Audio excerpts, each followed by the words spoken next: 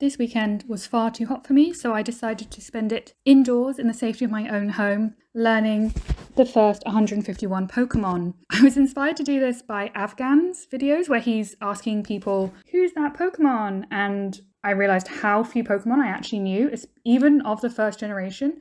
So I thought, I'm going to find a Sporkle quiz and I'm going to do that quiz until I remember them. Interestingly, for purely my own self, there are 50 US states, and it took me half an hour to learn all the 50 US states. There are 151 Pokémon, and it took me an hour and a half, exactly 3 times, to learn these as well. So it's interesting that it takes me half an hour to learn 50 things. I was kind of thinking while doing this as well, how there'll be some people who this is like breathing to them. Similar to if someone showed me Pikachu, I'm like, oh, that's Pikachu. All of these, they'll be like, well, clearly this is this Pokemon. That's kind of the fun thing about Pokemon is they're kind of, some of them are sometimes named after what they should be. And then there's also sometimes some sort of logic to the naming. And then other times there just isn't. I can only assume this is because they're all obviously Japanese characters. And so some of the names may be a literal translation of the Japanese or a phonetic translation of the Japanese. So that's where some of the fun comes in. With Caterpie, Metapod, and Butterfree, these were super easy. One, I knew Caterpie definitely. I knew all of them, let's be honest. But 2, it makes sense. It goes from a caterpillar into some sort of pod, a chrysalis or cocoon, and then into a butterfly. Gorgeous, lovely, biologically sound. Do Pokemon need to be biologically sound? No. But does the process of Weedle to Kakuna to Beedrill make me unnecessarily angry? Yes. What the fuck is Weedle? In my head, I was like worm and beetle, or also weevil, which I don't really know what a weevil is. It's Japanese, so weevils may be more common in Japan than they are certainly in the UK, as far as I'm aware. We're quite insect limited. But then this wormy thing moving into a kakuna, which again, you would assume is some sort of cocoon. I don't know maybe a weevil goes into a cocoon, actually, now that I'm thinking about it. Hang on 1 second. Oh God, weevils are like some sort of stag beetle? Do they weevil cocoon? Weevil cocoon fossil? Weevils do go into some sort of cocoon. That is probably where it comes from. But I can assure you, they do not turn into a bee afterwards. The next problem I have with Pokemon names is for some reason in my head, as the creatures get more evolved, their name should be longer. I don't know why. So with Pidgey fine. Pidgeot should be second, and Pidgeotto should be third. But for some reason, they're flipped. Oh, is it Pidgeot 2? No, that still doesn't make any sense. So that was really frustrating. But I also don't quite understand why, in my mind, the more evolved, the longer the name gets. It doesn't really apply for most Pokemon. But in my head, I'm like, well, that's obviously how it goes. Then another creature, another evolutionary pair that really pissed me off was Rattata and Raticate. Because Raticate, I understand, is a pun on eradicate. Lovely, cute. Rattata, what on earth is that a pun on? What is to tartar? It doesn't make any sense. Someone tried really hard with Raticate, and then someone just didn't try at all with Rattata. Ekans and Arbok, I also enjoy to an extent, except for the fact that it took me so fucking long to work out that Arbok was Cobra backwards. And then also, why has it got a K in it? If it had a C, it would be said exactly the same way. So I don't understand why it's been changed to a K, other than to make it more confusing. For me personally, and make me feel like a fool. The Nidorans are really interesting because most Pokemon, I would say, are fairly genderless, she says. Some are slightly more gender-coded, maybe in the way they present, but as far as I'm concerned, I've never noticed a gender on a Pokemon, except for these guys. So I thought that was just a really interesting concept in terms of who came up with that and why specifically. My 2 favourite pairs of names is Clefairy, Clefable, Jigglypuff, and Wigglytuff. Now, does that say anything about my personality? Maybe. But these are just so cute. I also really like Clefairy tail and then Clefable. It's so well done, and it sounds right, if that makes any sense. It's kind of like, it is really cute. So super happy with those names, and the same with Jigglypuff and Wigglytuff. So cute. So cute. Whoever came up with those, in my head, it's the same person because they did a bang up job. They really, really did. Oddish in particular really pissed me off because I'm like, why? I get that he's called Oddish. So I'm like, he's a bit odd. He's on his own. He's a bit of a loner. But it really upset me that he is the, de-evolution, I don't know what the opposite of an evolution is, of gloom. Because it's like, Oddish surely, in my head anyway, is a radish. He's a blue radish. Then he turns into a flower. Oh my God, I'm going to have to Google again. Do radishes have flowers? Oh no, it's just people cut radishes into flowers. Oh no, they have like cute little flowers, but nothing like gloom. A couple of ones I really like: Venonat, Venomoth, Diglett, and Dugtrio. Diglett is the cutest name. And then Doduo and Dodrio. Those are just really, really nice, simple, but also clever, just really nice sounding names that work really well as pairs, work really well individually, make me feel happy and peaceful in my own world. Psyduck and Golduck were possibly my biggest nemesis because I know who Psyduck is because I have seen the TV shows, but why the fuck is Golduck blue and Psyduck yellow? Why is that? I don't understand who thought of that and who was like, oh, do you know what's a good idea? Let's just call him Golduck. And he's blue. Why? Mankey and Primeape. I like the names apart from the issue is in English, Mankey is slang for something that's like rubbish. Or a bit gross. So it doesn't work very well directly translated into British English. But I assume they weren't thinking about specific British slang when they were coming up with this Pokemon's name. So we have what I would consider to be two beautiful flowing trios of evolution. Poliwag, a little wag of the tail. Poliwhirl, a more aggressive whirl of the tail. Poliwrath, the biggest evolution. Is it the biggest? The final evolution. Perfect. It makes sense. Poly is in the front of everything. The progression up makes perfect sense in my mind.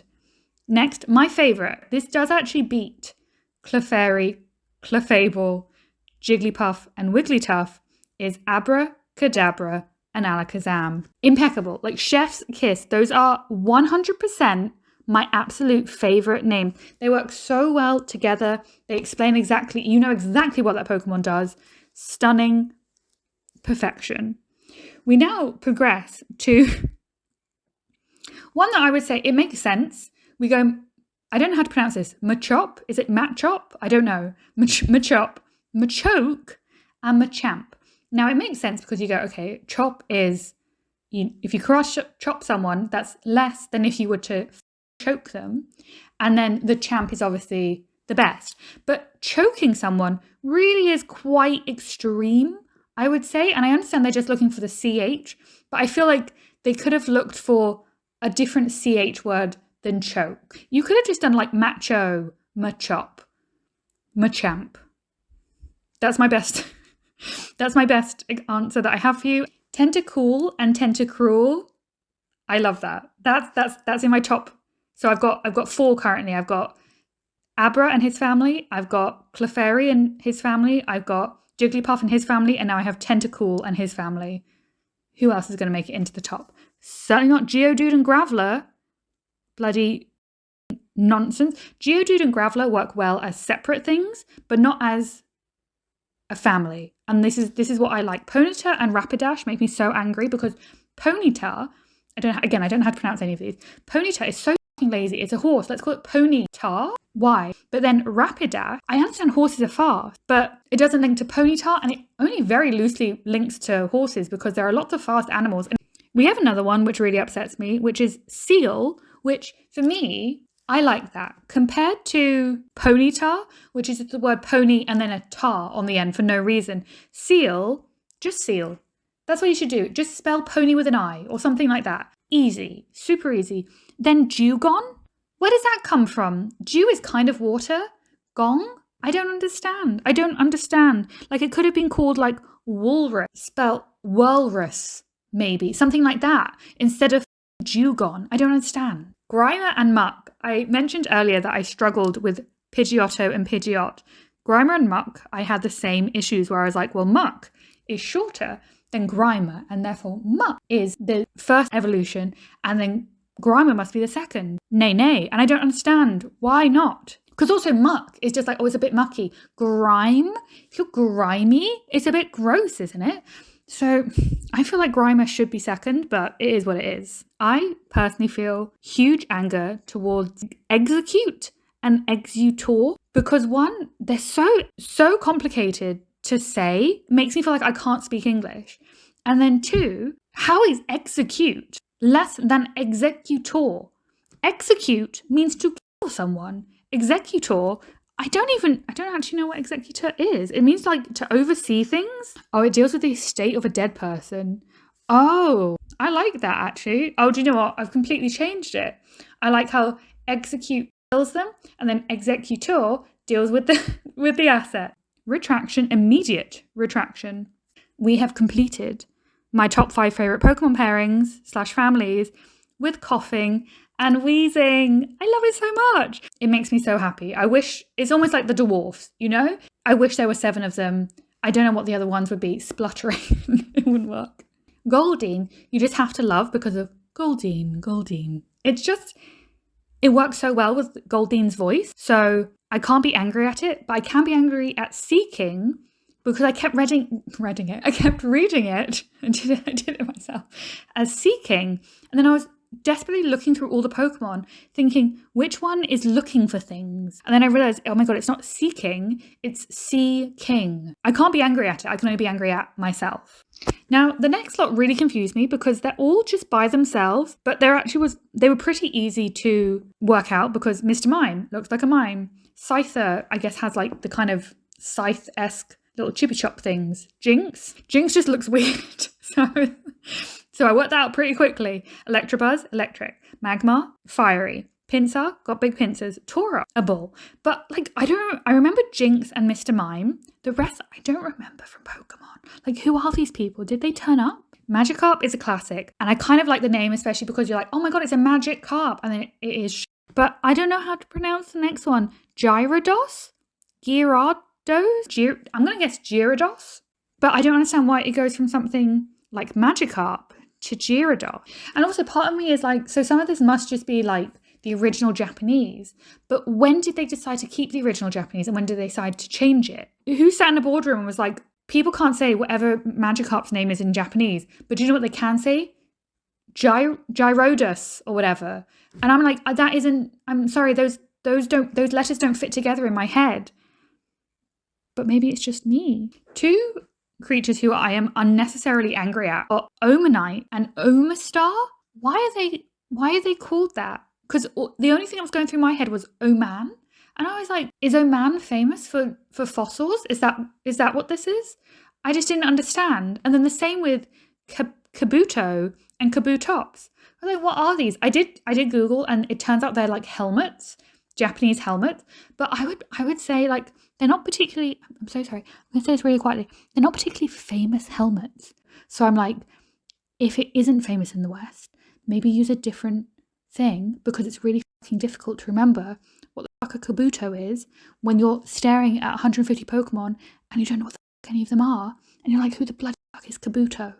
Another couple of ones who I don't ever remember having seen before in my life, Articuno, Zapdos, and Moltres. They were really easy to remember because obviously it's like Arctic, Zap as in electricity, and Molt as in molten, I guess. But like, where did they come from? I don't think I've seen these before. Dratini, Dragonair, and Dragonite. Dratini, super cute. It's a little dragon. It's a teeny little dragon. Dratini, super cute. Dragonair is a fish. Like, it's a fish dragon. Is it? I don't know. But it doesn't have wings. So I'm like, why is it called Dragonair? Or does it like wiggle around in the air? That might be what happens. Maybe that's what it does. But it looks like a fish. So I'm like, why is it called Dragonair when it's a fish? And then Dragonite. Why is it called Dragonite? Why isn't it blue? I don't understand them as a family. It doesn't make any sense to me. And then I did watch the Pokemon film with Mew and Mewtwo. I don't know why Mewtwo is before Mew, but I like the name. But I don't understand why he's before Mew.